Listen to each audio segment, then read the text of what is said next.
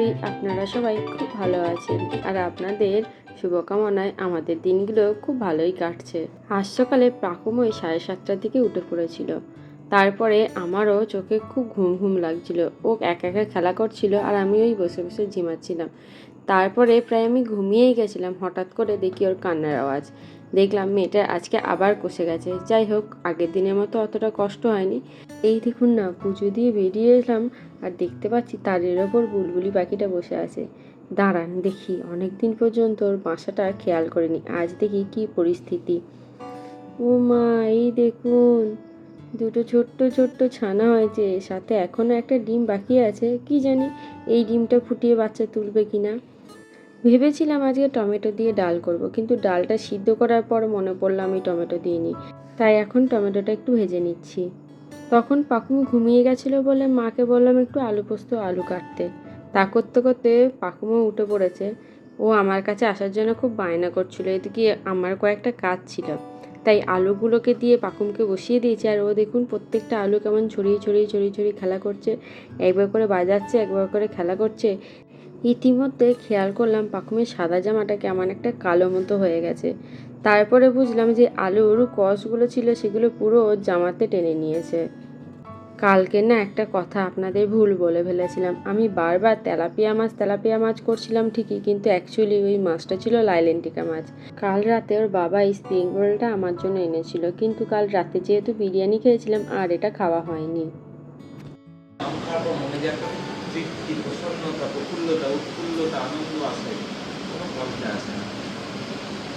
জানেন তো, গতকাল এই বাঙাল ডাঁটাটাকে আমি আলমপুরের ডাঁটা ভেবেছিলাম, দিয়ে এটার সাথে আমি সবজি দিয়ে একটা তরকারি বানিয়ে ফেলেছিলাম, কিন্তু দাদু খেয়ে বলল এটা তো বাঙাল ডাঁটা, মাছের ঝোলে দিলে বেশি ভালো লাগতো।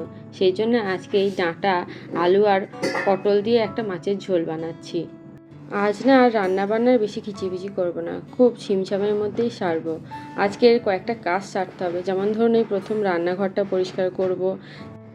ফ্রিজটাও অনেক দিন ধরে নোংরা হয়েছিল, সেটাকে ভালো করে পরিষ্কার করব। আর আমাদের মাইক্রোওভেনটাও বেশ কেমন দাগ দাগ হয়ে গেছে, সেটাকেও ভালো করে পরিষ্কার করে নেব। আর তো মাত্র 2 দিন, তারপরও ঠাকুমা চলে আসবে। সেই জন্য সব গুছিয়ে গাছিয়ে পরিষ্কার করেই রান্নাঘরের দায়িত্ব হ্যান্ডওভার করে দেব। দেখুন না কেমন দেখতে দেখতে 20টা দিন যে কেটে গেল বুঝতেই পারলাম না। আমার রান্না বান্না প্রায় শেষই হয়ে গেছে, আর এদিকে পাকুমেরও একটা ছোট্ট পাওয়ার ন্যাপ হয়ে গেল। রান্নার পরে যদি গা হাত পা না ধুই কেমন একটা অস্বস্তি করে।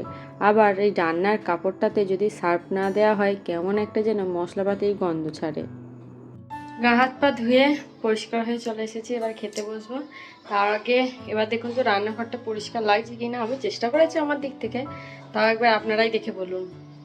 এর আগেও একদিন পরিষ্কার করেছিলাম, আশা করি আপনারা আগের ভিডিওতেই দেখেছেন। আজকে তাও আরেকবার পরিষ্কার করে দিলাম। চলুন এবার আজকে মেনুটা দেখা যাক।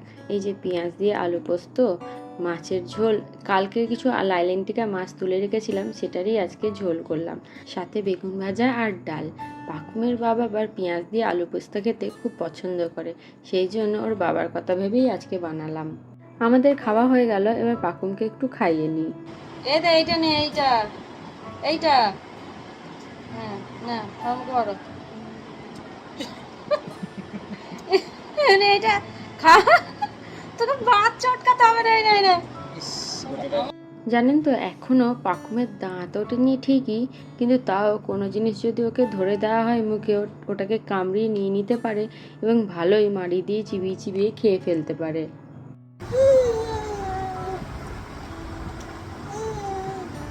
পাকুমকেও দিদার কাছে দিয়ে আসলাম, খুব বদমাইশি করছিল, ঘুমাচ্ছিল না। এখন দোলায় না নিলেও ঘুমাবে না, সেই জন্য দিদা এখন ঘুম পাড়াবে। আর আমি এই আমগুলো নিয়ে এসে বসলাম। গত বছর আমি না একটাও আম ঠিক করে খেতে পারিনি, মানে যখনই একটু খেতাম এত অ্যাসিডিটি হয়ে যেত, গা গোলাতো, আর খেতেই পারতাম না। অথচ এই আমি এত আম খেতে ভালোবাসতাম। সুমনকে বলেছিলাম যে প্রচুর আম নিয়ে আসবে, আমি প্রচুর আম খাবো, কিন্তু ওই প্রেগনেন্সির টাইমটায় আমি একটু আম খেতে পারিনি। এই ভদ্রলোক আম খেতে খুব ভালোবাসি। তাই না বাবা, আম খাবার চেয়ে চলেছ। Yeah good boy. তুই খাবি নাকি আম? আম শুনলে একটু হয়তো অবাক হবেন, আমাদের কুকুর না সুগার ছিল, যার জন্য ওকে খুব বেশি আম দিতে পারি না। অথচ আমার ছেলেটা কি আম খেতেই না ভালোবাসে। আর এদিকে আমাদের পুলুটাও আম খায়, কিন্তু আজকে মনে হচ্ছে ওর অ্যাসিডিটি হয়ে গেছে। আমটা তো খেলোই না, এমনকি আজকে দুপুরে ভাতও ঠিক করে খায়নি, সকালে বিস্কুটও খায়নি। এখন আমরা যাই খাই পাকুমটা সেটাই খেতে চাই। আমি চা খাচ্ছি দেখে ও সমানে আমাকে দিদার কোল থেকে ডাকছে।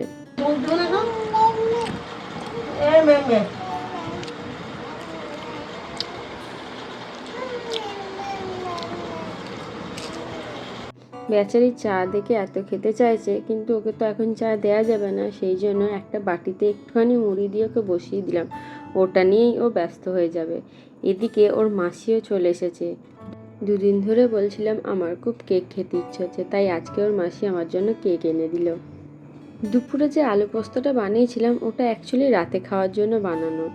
রাতে শুধু আলু পোস্ত আর ডালটা কেমন কেমন লাগছে, সেই জন্য কয়েকটা পটল ছিল, পাকুমের দাদুর জন্য ভেজে নিলাম। জানেন তো, একদিন ঝুনঝুনি নিয়ে খেলা করতে গিয়ে ঝুনঝুনিটা মাথায় ঠুকে যাওয়ার পর ও ঝুনঝুনিটা বারবার মাথায় ঠুকে ঠুকে খেলা করছিল। এখন এই খেলাটা বেশ ওর কাছে জনপ্রিয়। যদি কোনো জিনিস ওর মাথায় একটু ঠুকে দেওয়া হয়, তারপর থেকে নিজেই সেই জিনিসটা মাথায় ঠুকতে থাকে। আজ আবার পাকুমের সাথে একটু প্র্যাঙ্কও হচ্ছিল। ওর মাসি ওকে কোলে নিয়ে দরজাতে হাতে করে ধাক্কা মারার পর ওর মাথায় হাত বোলাচ্ছিল, এমন ভান করছিল যেন ওর মাথাতেই লেগেছে।